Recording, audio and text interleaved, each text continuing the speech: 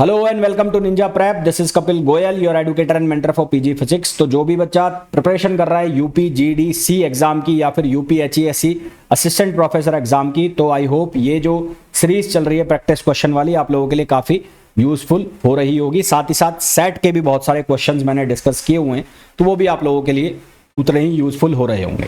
एक बात आपको कहना चाहूंगा, जो भी यूपी जीडीसी प्री एग्जाम की प्रिपरेशन कर रहा है और उसे लग रहा है कि उसे प्रिपरेशन की जरूरत है या उसे क्वेश्चंस करने की जरूरत है, तो यूपी जीडीसी एग्जाम के लिए फिजिक्स एग्जाम के लिए मैंने प्रैक्टिस क्वेश्चन बैच लॉन्च किया है, प्रैक्टिस क्वेश्चन बेंच।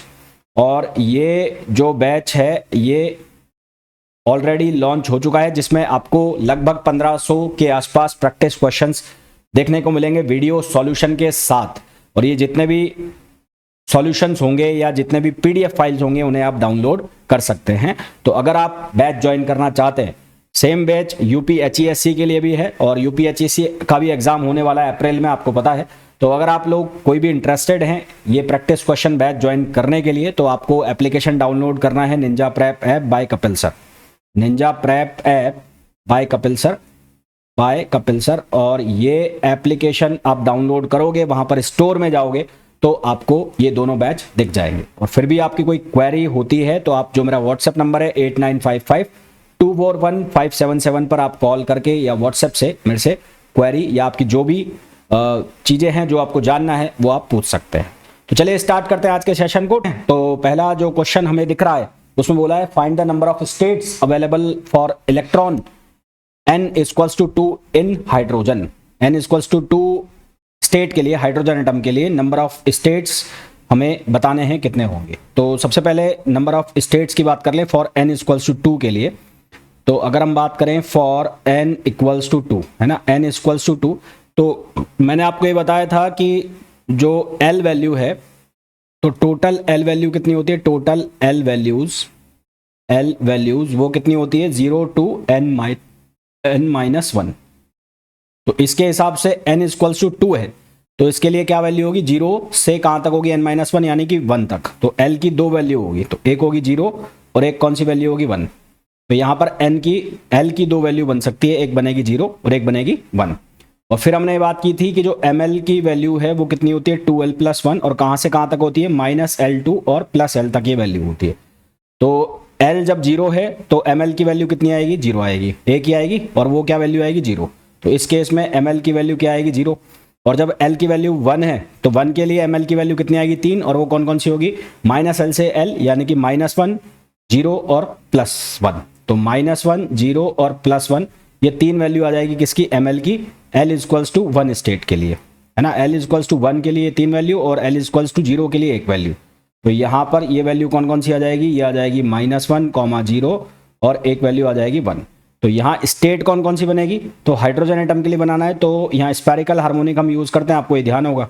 तो n की जो वैल्यू है वो तो 2 रहने वाली है, तो psi2 NLM, तो एक बार l की वैल्यू लो 0 और इसके साथ ml की वैल्यू कितनी है 0, तो एक स्टेट ये हो गई। दूसरी स्टेट कौन सी हो जाएगी psi2, n की वैल्यू 2, l की वैल्यू 1, और एक बार बना लो किसके साथ, 0 के साथ, फिर बना लो psi की वैल्यू 2 और l की वैल्यू 1, और यहाँ पर l की वैल्यू 1, एक स्टेट ये हो जाएगी और एक बन जाएगी माइनस वाली psi2 1 और -1। तो कुल मिलाकर कितनी स्टेट बन गई, 4 स्टेट बन गई। कुल मिलाकर कितनी स्टेट बन गई, 4 स्टेट बन गई यहाँ पर। और एनर्जी जो जितनी भी स्टेट्स है सबकी क्या रहने वाली है, सेम। तो एनर्जी ऑफ ऑल स्टेट्स, तो एनर्जी ऑफ ऑल स्टेट्स कितनी रहने वाली है, -13.6, क्योंकि हाइड्रोजन है तो Z की वैल्यू 1 हो जाएगी, तो ये n स्क्वायर यानी कि n की वैल्यू कितनी है 2, तो यहाँ से कितना आ जाएगा -13.6/4। तो इन सबकी एनर्जी कितनी आएगी, -3.4 इलेक्ट्रॉन वोल्ट। सबकी एनर्जी कितनी आएगी, -3.4 इलेक्ट्रॉन वोल्ट। और नंबर ऑफ स्टेट्स डायरेक्ट आप n स्क्वायर फॉर्मूला लगा के भी निकाल सकते थे, यहाँ पर 2 स्क्वायर करते तो 4 आ जाता। कब, जब हम स्पिन कंसीडर नहीं कर रहे हैं, स्पिन कंसीडर करते तो फिर उस केस में 2n स्क्वायर से हम वैल्यू निकालते, ठीक है। तो ये तो हो गया हमारा कि जो नंबर ऑफ स्टेट्स निकालने का क्वेश्चन है वो किस तरह से पूछा जाएगा। अब इसके बाद जो हमने वेक्टर मॉडल ऑफ एटम्स पढ़े थे, जिसमें हमने LS कपलिंग और JJ कपलिंग जो पढ़ा था, उसके ऊपर क्वेश्चंस मैंने आपको कहा था कुछ क्वेश्चंस हम डिस्कस करेंगे, उससे हमें बहुत अच्छे से समझ में आएगा। तो आपको यहाँ पर जो क्वेश्चन दिख रहा है उस क्वेश्चन में आपको बोला गया है how much does the total angular momentum quantum number J, total angular quantum number J कितना चेंज होगा जब ट्रांजिशन होगा सी आर यानी कि क्रोमियम, उसका जो इलेक्ट्रॉनिक कॉन्फ़िगरेशन 3d6 दिया हुआ है, और जब वो आयोनाइज हो जाएगा 2+ में मतलब 6 में से 2 कम हो जाए CD4 बन जाए, तो जो total angular momentum quantum number है वो कितने से चेंज हो जाएगा, या क्या वो इंक्रीज होगा क्या वो डिक्रीज होगा, वो हमें बताना है। तो इस क्वेश्चन को कैसे करेंगे, सबसे पहले आपको गिवन है CR और उसका कौन सा कॉन्फ़िगरेशन दे रखा है D6। अब आपको पता है कि D के अंदर नंबर ऑफ इलेक्ट्रॉन्स कितने आते हैं, 10 आते हैं। तो मैंने यहाँ 10 इलेक्ट्रॉन के लिए मैंने ये एक बॉक्स बनाया जिसमें मैंने 5 ऐसे बॉक्स बना दी, 1 2 3 4 और 1 2 3 4 5। 5 क्यों बनाए, एक में कितने आएंगे 2, तो इसलिए 5 बनाए। तो पहले फिलिंग करनी है एक एक की, तो ये एक टोटल कितने 6 फिल करने हैं, तो पहले मैं एक एक फिल करूंगा। ये फिलिंग करने का तरीका बता रहा हूँ, एक और एक, टोटल कितने हो गए 5 फिल हो गए। अब एक और करना है, तो यहाँ पर हो गया एक अप स्पिन और एक डाउन स्पिन। तो अगर ऐसे लिखा है ऐसे तो ये हो गया अप स्पिन, और अगर ऐसे है तो ये हो गया डाउन स्पिन। अप का मतलब है पैरेलल और डाउन का मतलब है एंटी पैरेलल। अप स्पिन के लिए जो स्पिन की वैल्यू हम लेंगे +1/2, और डाउन के लिए हम जो वैल्यू लेंगे वो लेंगे -1/2। ये आप ध्यान रखना। यहां लिख दिया मैंने ml और यहां लिख दिया मैंने ms। यहां क्या लिख दिया ms। अब d है d, तो d जो है उसके लिए l की वैल्यू कितनी होती है 2 होती है। d के लिए l की वैल्यू कितनी होती है 2, तो यहाँ ml की वैल्यू कितनी आ जाएगी 2 × 2 + 1 ml + 2 ml 12 + 1, तो 12 + 1 के हिसाब से कितनी आ गई 5। कहाँ से कहाँ तक होगी -l से +l, तो ये हो जाएगी -2 -1 0 फिर +1 और +2 +1 और +2, ये इसकी वैल्यू हो जाएगी। इसी तरह से स्पिन की जो वैल्यू है, जो ये अपर स्टेट में रहेगा अप स्पिन, ये देंगे 1/2, तो ये प्लस का 1/2, ये प्लस का 1/2, ये प्लस का 1/2, ये प्लस का 1/2। और यहाँ पर कितना हो जाएगा, एक अप है एक डाउन है, तो एक प्लस का 1/2 और एक -1/2 दोनों ऐड होंगे तो कितना आ जाएगा 0 आ जाएगा। तो ये पर्टिकुलर इस स्टेट के लिए कितना हो गया 0 हो गया। तो ये हमारे पास ml और ms की वैल्यू आ गई। अब हमें क्या करना होता है, हमें एल्जेब्रिक समेशन करना होता है ml का। तो जितने भी इलेक्ट्रॉन्स हैं उनके लिए l वैल्यू जो है उनका सम करना है। l वैल्यू कितनी हो गई, देखो यहाँ ये 2 इलेक्ट्रॉन है, तो -2 और -2, तो एक बार -2 और -2, इन दोनों के लिए अलग अलग लिखना पड़ेगा। फिर इस वाले इलेक्ट्रॉन के लिए -1, फिर यहाँ पर आपको लिखना है 0 प्लस का साइन के साथ लेना है, फिर यहाँ पर लिखना है आपको +1 और यहाँ लिखना है आपको +2। इसको सिंप्लीफाई करेंगे तो देखो क्या कट रहा है, ये 2 से ये 2 खत्म हो गया, 1 से 1 खत्म हो गया, 0 का कोई रोल है नहीं, तो ये कितना आ गया -2। तो ml जो है ml की वैल्यू कितनी आ गई है -2 आ गई है। ml की वैल्यू -2 आ गई, इसका मतलब l की वैल्यू हमें कितनी लेनी है 2 लेनी है। इसका मतलब क्या हो गया, जो l है उसकी वैल्यू हम कितनी लेंगे 2 लेंगे, l की वैल्यू 2। इसी तरह से हम क्या निकाल लेंगे समेशन ऑफ ms। तो ms की जब आप वैल्यू निकालोगे तो वो कितना आएगा 0 1/2 1/2 1/2 1/2, तो ये कितना आ जाएगा, ये भी 2 बनेगा। तो यहाँ से 2 बनेगा तो s की जो वैल्यू है वो कितनी आ जाएगी 2 आ जाएगी। ठीक है, s की जो वैल्यू है वो कितनी आ जाएगी 2 आ जाएगी। भाई ml की जो वैल्यू है वो कितनी आई -2, तो यहाँ से हम किसकी वैल्यू ले लेंगे l की वैल्यू ले लेंगे, और वो l की जो वैल्यू है वो l की वैल्यू कितनी आ गई है 2 आ गई। इसी तरह से फिर हम किसकी वैल्यू निकालेंगे s की वैल्यू। s के लिए एल्जेब्रिक सम किया, तो एल्जेब्रिक सम किया तो वहाँ से हमारे पास किसकी वैल्यू होगी s की। s की जो वैल्यू है वो कितनी आ जाएगी, वो भी 2 आ जाएगी। ml की -2 वैल्यू के लिए मैक्सिमम पॉसिबल l जो हो सकता है वो कितना हो सकता है, वो हो सकता है 2, है ना। तो l की जो मैक्सिमम वैल्यू है जो ml = -2 प्रोवाइड करा सकती है वो l = 2 ही है, और d के लिए l की वैल्यू 2 होती है। इसी तरह से स्पिन जब हम कैलकुलेट करेंगे तो वहां पर सबका सम करेंगे, तो 0 तो ऑलरेडी हमने कैलकुलेट कर लिया, तो बाकी के जो 1/2 है 1/2 उनको जोड़ोगे तो कितना आ जाएगा 2 आ जाएगा। और क्योंकि जो s है उसकी वैल्यू कितनी है 2 है, यहाँ पर s कितना हो जाएगा 2, ms 2 आ गया तो s की वैल्यू 2। तो यहाँ से हम क्या निकाल लेंगे मल्टीप्लिसिटी। तो अब क्या निकालेंगे मल्टीप्लिसिटी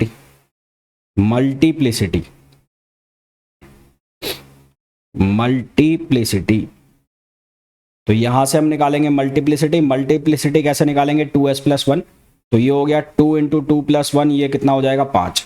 तो मल्टीप्लिसिटी यहां से कितनी आ जाएगी 5। तो अब हम किसकी वैल्यू निकालेंगे j वैल्यू कहां से कहां तक होगी, j वैल्यू होगी l - s से लेकर होगी mod ऑफ l + s, और इसकी मैक्सिमम टू मिनिमम वैल्यू ले जानी। l की वैल्यू हमारे पास आई 2, s की वैल्यू 2, और l की वैल्यू यहाँ 2 है और ये 2 है, तो ये कहाँ से कहाँ तक गई 0 1 2 3 और 4, तो इसका मतलब जे की जो पॉसिबल वैल्यू है वो कितनी बनी, 0 1 2 3 4। तो अब हमें बनाना है स्पेक्ट्रोस्कोपिक टर्म। तो इसका जो स्पेक्ट्रोस्कोपिक टर्म बनेगा, स्पेक्ट्रोस्कोपिक टर्म, तो स्पेक्ट्रोस्कोपिक टर्म के लिए हम क्या फॉर्मूला लिखते हैं, वो लिखते हैं 2s+1 और LJ, 2s+1 LJ। तो L की वैल्यू कितनी है 2, वो किसके लिए, D के लिए, और 2s+1 का मतलब हो गया 5, तो 5D, और J की वैल्यू कितनी 0 1 2 3 और 4। तो ये हमारे पास क्या आ गया, स्पेक्ट्रोस्कोपिक टर्म आ गया। कौन सी स्टेट का, ये आ गया 3D6 के लिए। ठीक है, ये किसके लिए आ गया, 3D6 के लिए आ गया। यहां तक बात क्लियर। 3D6 के लिए हमारे पास कितना आ गया, 5D 0 1 2 3 4। अब हुंड रूल से हमें देखना है, हुंड रूल लगाएंगे तो उसमें हुंड रूल में हमने पढ़ा है कि जो half, greater than half filled, more than half field के लिए जो ग्राउंड स्टेट है वो कौन सी वैल्यू होती है, हायर जे। तो for more than half filled, for more than half filled, मैं यहां लिख रहा हूं for more than half filled, more than half filled ground state is higher J value, ground state is higher J value. तो more than half field कैसे पता लगा, क्योंकि यहां लिखा हुआ है 3D6 और D में कितने आते हैं 10, यहां पर 5 उसका आधा होता है, तो आधे से 10 ज्यादा है, तो मोर देन हाफ है। तो उसके लिए जो इसकी ग्राउंड स्टेट होगी वो कौन सी वैल्यू होगी, हायर जे। तो हायर जे कौन सा हो गया, 4 हो गया। तो इसका मतलब जो यहाँ ग्राउंड स्टेट ली जाएगी वो क्या ली जाएगी, 5D4, है ना। ग्राउंड स्टेट क्या ली जाएगी, 5D4 ली जाएगी। ग्राउंड स्टेट क्या ली जाएगी, 5D4। ठीक, तो ये तो हो गया पहला। अब इसको किस में ले जाना है, इसको हमें ले जाना है 4 में, यानी कि 2 कम कर दिए ना, तो किस में ले जाना है, 4 में ले जाना है, 3D4 में।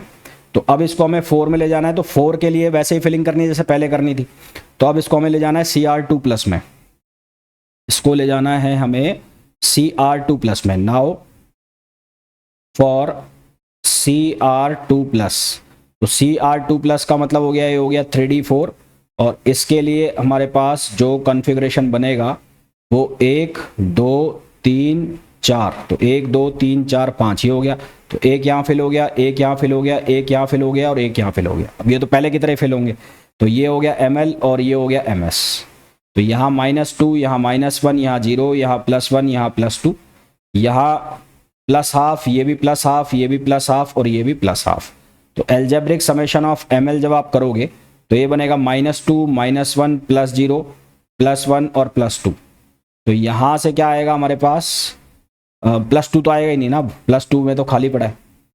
तो ये क्या बनेगा, -2 -1 +0 और +1।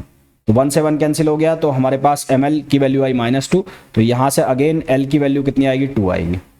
और फिर हम निकाल लेंगे MS की वैल्यू, तो MS की वैल्यू वही पहले की तरह 2 आएगी। तो यहाँ से S की वैल्यू फिर से कितनी आ जाएगी, 2। तो J जो वैल्यू है, पॉसिबल J वैल्यू, वो अगेन 0 से 4। तो J वैल्यू जो बनेगी वो कितनी बनेगी, 0 1 2 3 और 4। तो स्पेक्ट्रोस्कोपिक टर्म, तो स्पेक्ट्रोस्कोपिक टर्म यहां पर जो बनेगा वो बनेगा 5D और 0 1 2 3 और 4। अब यहां पर लेस देन हाफ फील्ड का केस है, तो ये कौन सा केस है, लेस देन हाफ फील्ड। ये कौन सा केस है, लेस देन हाफ फील्ड। और लेस देन हाफ फील्ड के केस में कौन सा आएगा, lower J value. Lower J value is ground state, lower J value is ground state. तो लेस देन हाफ फील्ड के केस में lower J value is ground state. तो lower जे value कौन सी होगी, 0 हो गई। तो यहां पर कितना हो गया, 5D0। कितना आ गया, 5D0। तो जो ट्रांजिशन हो रहा है वो कहां से कहां हो रहा है, 5D4 से कहां हो रहा है, 5D0 में हो रहा है। तो यहां जो ट्रांजिशन हो रहा है वो कहां से कहां हो रहा है, 5D4 से 5D0 में। तो 5D4 से कहां हो रहा है, 5D0 में। तो 4 से 0 जा रहा है, यानी कि डिक्रीज हो रहा है कितने से, 4 से। तो यहां ये डिक्रीज हो रहा है, डिक्रीज बाय 4। तो यहां ये क्या हो रहा है, डिक्रीज बाय 4। तो आंसर हमारे पास क्या आ जाएगा, ये आ जाएगा इसका डिक्रीज बाय 4, जो कि ऑप्शन हो जाएगा C। तो सही आंसर हमारे पास क्या आ जाएगा, इसका C आ जाएगा। ठीक है, नेक्स्ट क्वेश्चन देखो। नेक्स्ट क्वेश्चन में बोला है the LS configuration of the ground state of 12 mg 13 AL 17 CL और 18 AR। इसका हमें LS कॉन्फ़िगरेशन बताना है ना। क्या बताना है, इसका LS कॉन्फ़िगरेशन बताना है। देखो कैसे करोगे, तो यहां पर LS कॉन्फ़िगरेशन बताने के लिए सबसे पहले mg का निकाल लो, तो mg का कितना है 12, तो इसका इलेक्ट्रॉनिक कॉन्फ़िगरेशन लिखोगे तो वो आएगा 1s2 2s2 2p6 और 3s2। तो पहले हम mg का कॉन्फ़िगरेशन लिख लेते हैं, तो फॉर 12 mg, तो 12 mg का कॉन्फ़िगरेशन जब हम लिखेंगे इलेक्ट्रॉनिक कॉन्फ़िगरेशन, तो 12 mg का जो इलेक्ट्रॉनिक कॉन्फ़िगरेशन होगा वो होगा 1s2 2s2 2s2 2p6, तो टोटल हो गए 10, और इसके बाद क्या आ जाएगा, इसके बाद आ जाएगा 3s2, इसके बाद क्या आ जाएगा 3s2। अब यहां ध्यान से देखो, ये 3s2 जो है कंप्लीटली फिल्ड है, ये क्या है कंप्लीटली फिल्ड, कंप्लीटली फिल्ड।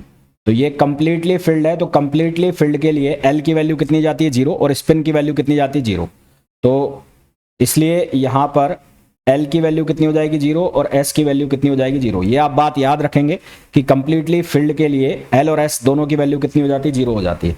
तो L और S दोनों की वैल्यू 0 हो जाएगी, तो यहां से इसकी स्पेक्ट्रोस्कोपिक टर्म जब निकालोगे तो 2s + 1 और L 0, क्योंकि J की वैल्यू कितनी बन जाएगी 0 बन जाएगी यहाँ से, तो S की वैल्यू 0 है, तो यहाँ से आपके पास क्या बनेगा 1, S की वैल्यू 0 हो गई तो ये बनेगा S, तो 1s 0, तो 12 mg का जो टर्म बनेगा 1s 0 बनेगा। तो पहला ऑप्शन गलत हो गया, 3s लिखा हुआ है, दूसरा ऑप्शन भी गलत हो गया, तो इसका मतलब आंसर जो है वो या तो सी है और या डी है। तो ये पहले 12 mg से चेक कर लो। फिर आर्गन जो है वो भी फुलफिल में दिया हुआ 18, तो सीधा चेक करो आर्गन का, तो 18 आर्गन, इसका चेक कर लो आप।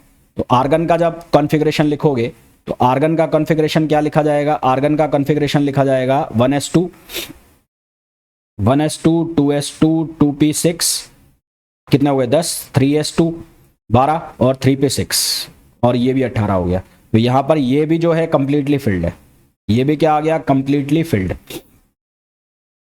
ये भी क्या आ गया कंप्लीटली फिल्ड, और कंप्लीटली फिल्ड आ गया तो यहां पर L की वैल्यू हो गई 0, S की वैल्यू 0 और J की वैल्यू भी कितनी हो गई 0 हो गई। तो यहां से इसके लिए भी जो स्पेक्ट्रोस्कोपिक टर्म बनेगा वो क्या बनेगा 1s 0, जो कि केवल सी ऑप्शन में दिया हुआ है, तो इसलिए आंसर इसका क्या आ जाएगा सी आ जाएगा। बाकी इतना बड़ा करने की कोई ज़रूरत नहीं है, अलग अलग आप निकालने को बैठो, हाँ वो आप अपनी नॉलेज के लिए निकाल सकते हो, अगर आप चाहो तो मैं निकाल के बता दूं कि जैसे AL और जो दूसरा कौन सा है हमारा CL, तो AL और CL का अगर आपको निकालना हो तो वो कैसे निकालेंगे वो निकाल लेते हैं। तो अगर AL की बात करें एल्यूमिनियम, तो एल्यूमिनियम के लिए तो फॉर AL,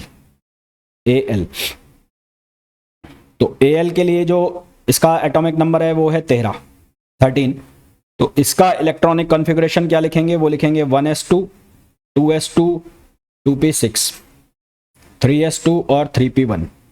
तो ये आउटर इलेक्ट्रॉन हमारा कौन सा हो गया 3p1। तो for p electron, for p L की वैल्यू कितनी हो गई 1, L की वैल्यू कितनी हो गई 1, और स्पिन जो लेंगे वो कितनी हो जाएगी 1/2, स्पिन जो है वो कितनी हो जाएगी 1/2।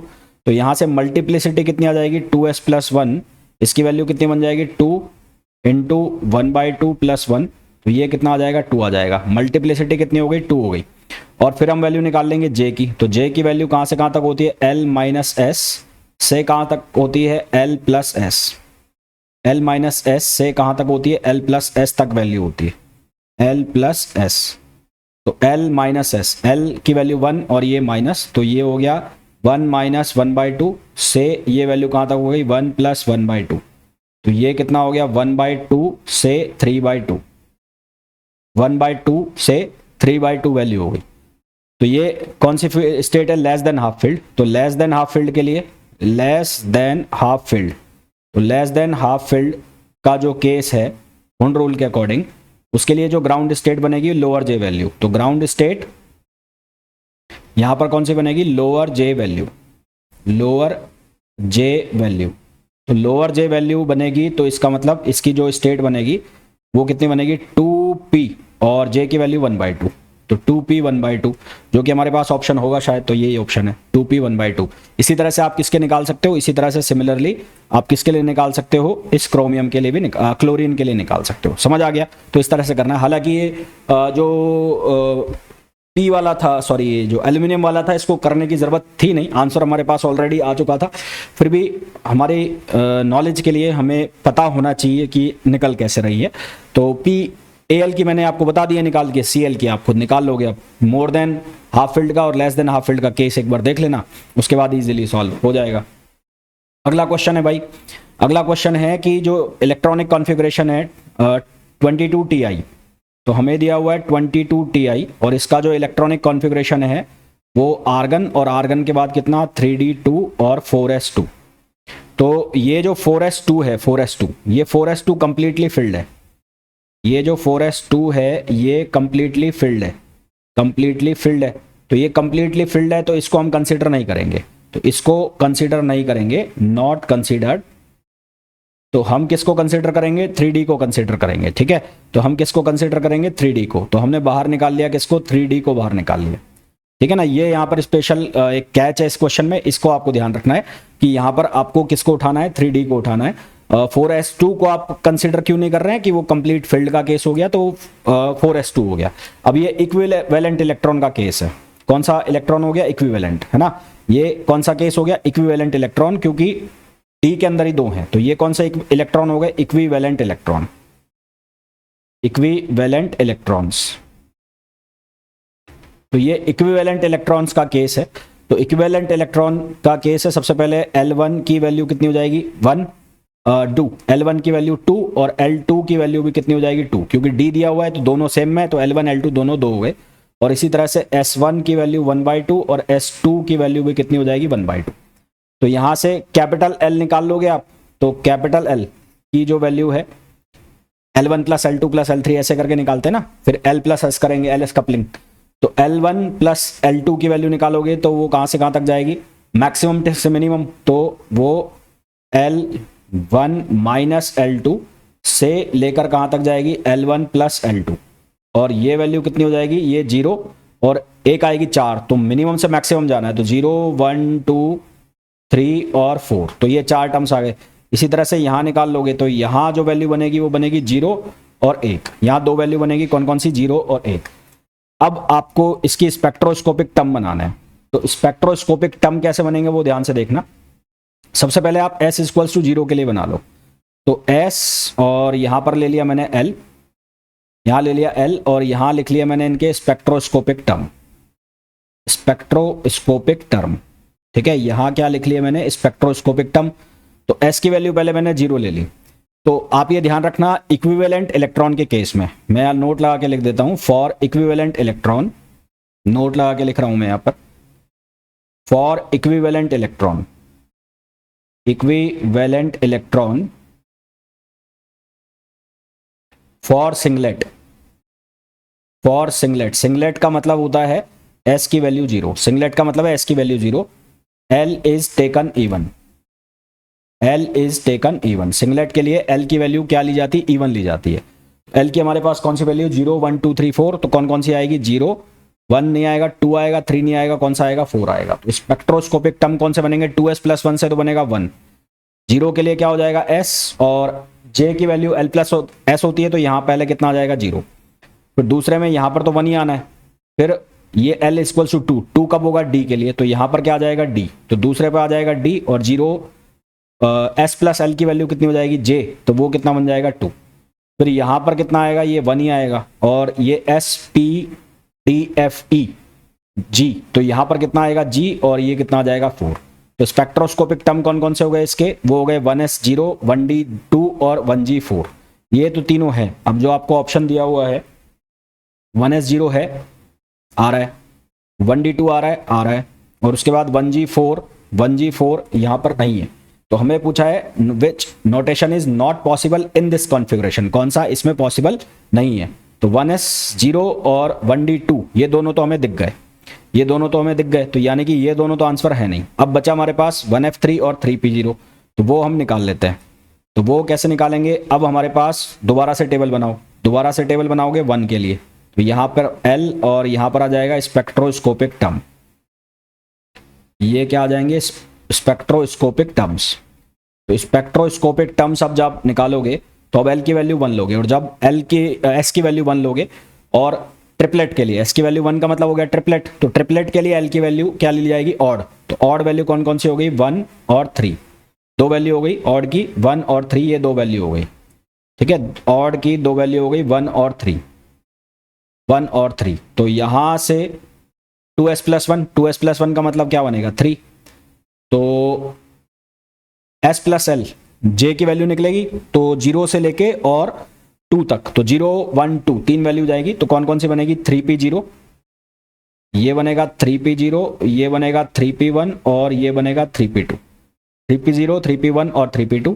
और इसी तरह से यहां बनाएंगे तो यहां पर भी बनेगा तो ट्रिपलेट 2s+1, और ये 3 और 1 4 और 2, तो ये वैल्यू कहां से स्टार्ट होगी? 3f से, तो 3f2 और एक वैल्यू आएगी 3f3 और 3f4, 3f3 और 3f4। तो 3p0 भी शायद यहां पर है, 3p0 भी है, 1f3 नहीं है, तो हमारे पास जो आंसर आ जाएगा वो क्या आ जाएगा? 1f3। तो 1f3 जो है वो इस कॉन्फ़िगरेशन का पार्ट नहीं होगा। आई नो कि आपको लग रहा है कि क्वेश्चन लंबे लंबे जा रहे हैं, इतने लंबे कोई क्वेश्चन पूछेगा क्या, पर इसी तरह के क्वेश्चन आएंगे, इनमें से ही कोई छोटा सा क्वेश्चन पूछ लिया जाएगा। आपको ये पता होना चाहिए कि इस तरह के क्वेश्चन आ जाए तो करना कैसे है कि आप